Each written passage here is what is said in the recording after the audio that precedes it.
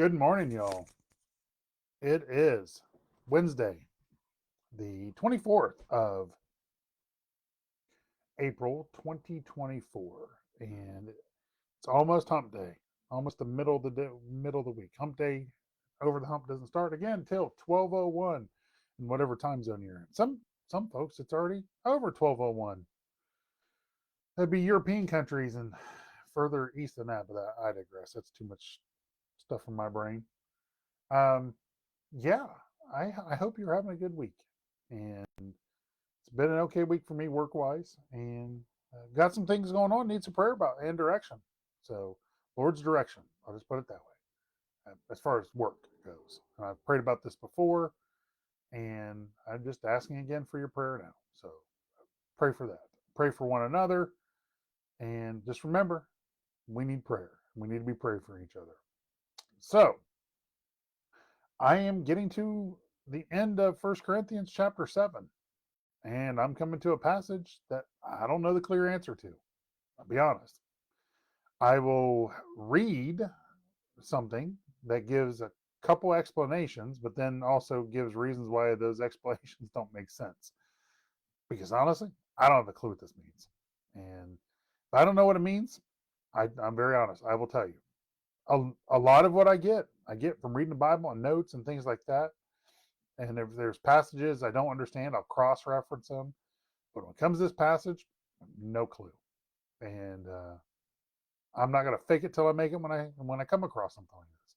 So I'm going to read the passage, and then I'm going to go to Dr. Ruckman, Peter Ruckman's commentary, and read to you what his explanations could be, the two standard interpretations of it, and then he gives reasons why it doesn't make sense. And then he closes with, I don't know, or ich weiß nicht, I think is how you say it, which means I don't know. And that's what I'm going to go with this one. I don't know for sure. If you know what it is, you have 100% certainty that's what it is, share it with me. Because this is one of those passages, I don't have a clue. All right, start here at verse 36. 1 Corinthians 7, verse 36. But if any man think that he behaveth himself uncomely towards his virgin, if she pass the flower of her age, and need so require, let him do what he will, he sinneth not, let them marry. Nevertheless, he that standeth steadfast in his heart, having no necessity, but hath power over his own will, and hath so decreed in his heart that he will keep his virgin, doeth well. So then, he that giveth her in marriage doeth well, but he that giveth her not in marriage doeth better. The wife is bound by the law so long as the husband liveth. I understand this part. But if her husband be dead, she is at liberty to be married to whom she will, only in the Lord. But if she be as happier to, if so she abide after my judgment, and I think also that I have the Spirit of God. Okay. I'm going to answer the last part of this because I do know the answer. It's that other part, I don't know.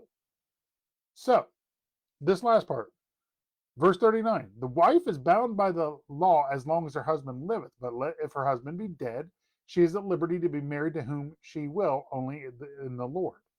That is saying, clearly, if a woman is married, her husband dies, then she can remarry if she wants to.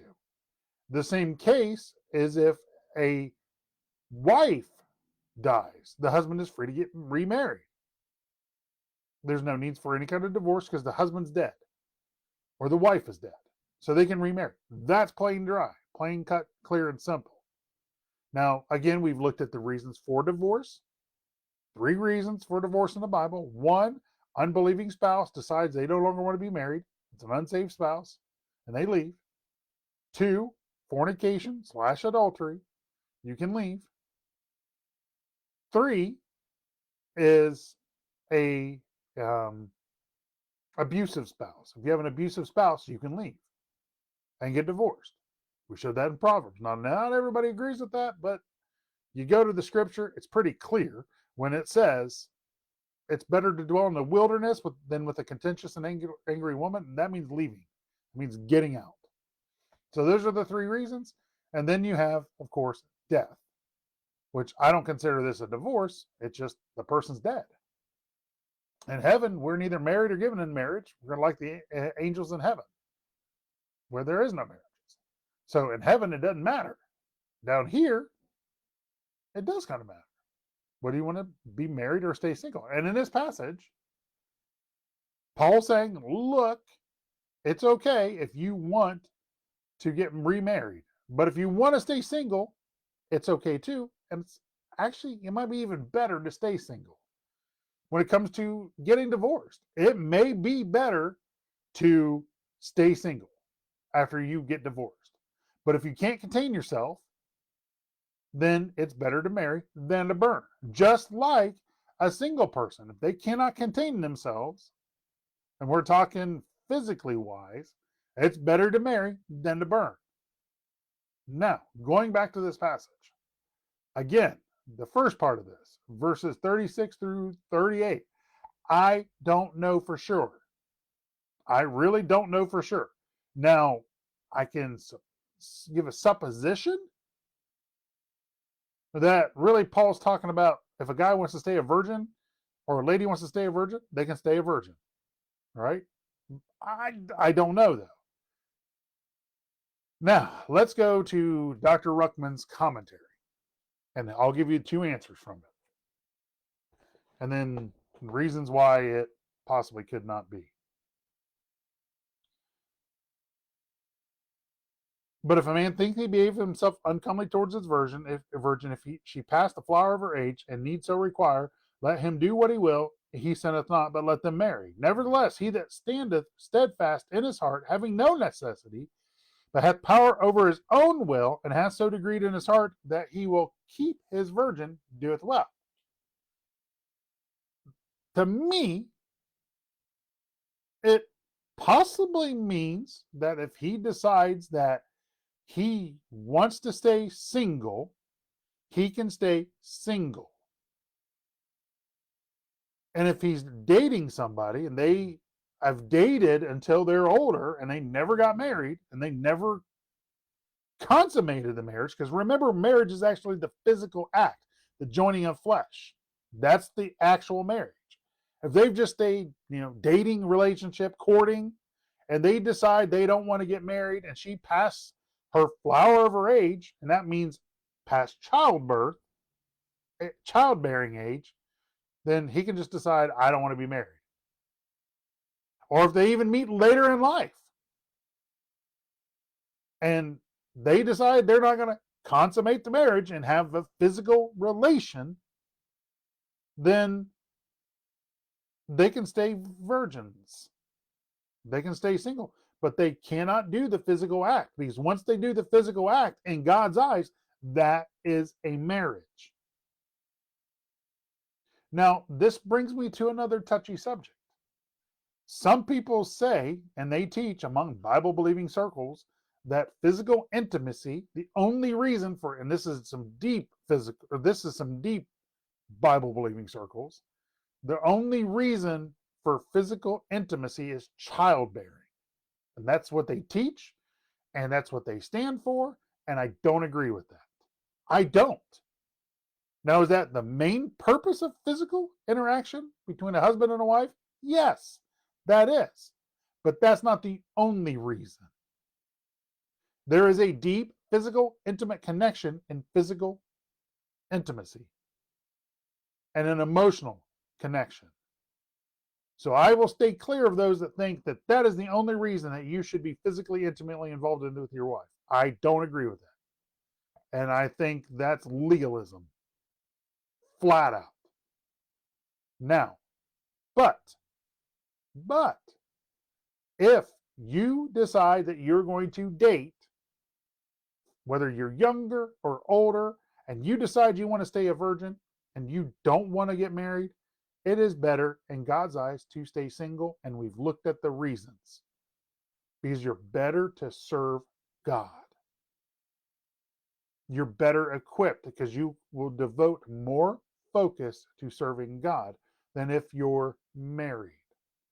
Because then you really have to balance things out. So, I didn't even get to Dr. Ruckman's notes on this, but that's kind of one of the possibilities of this.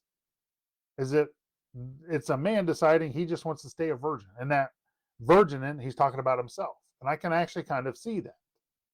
But am I 100% sure? I don't know. The other possible teaching is a father decides to not let his daughter marry at all. That's the other teaching. The father decides he doesn't want his daughter ever to be married, so he forbids her to get married and makes her stay single. But the problem is, if she's on her own and she's not living there, number one, she's not under his authority as the household goes. Now, he's still her father. However, he's not over her physically or lawfully under God's eyes. She's still her father. He's still her father, but God is her master.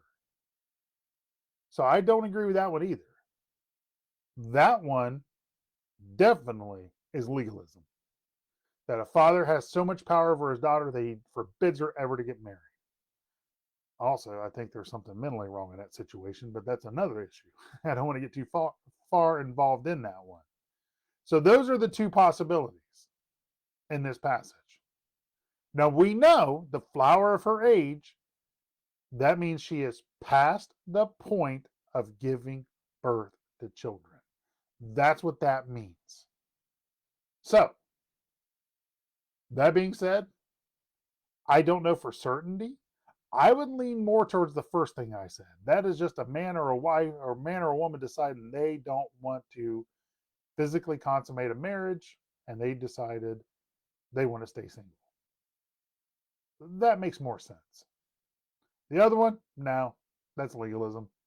A father has so much power that he absolutely refuses his daughter to ever get married. The only case that would be is if maybe she's physically or mentally handicapped. But then, and mentally handicapped to the point she can't make her own decisions. That's a different story. But if it's just a husband or a father having so much control over his family that he refuses to let his daughter ever get married, that's wrong. And I don't agree with that part. That's why I don't think that's what God's talking about through Paul in this passage. Those are the two things. We're now done with 1 Corinthians chapter 7. We will be moving on to 1 Corinthians chapter 8 starting tomorrow. I hope you have a good day. God bless you all, and I'll talk to you tomorrow.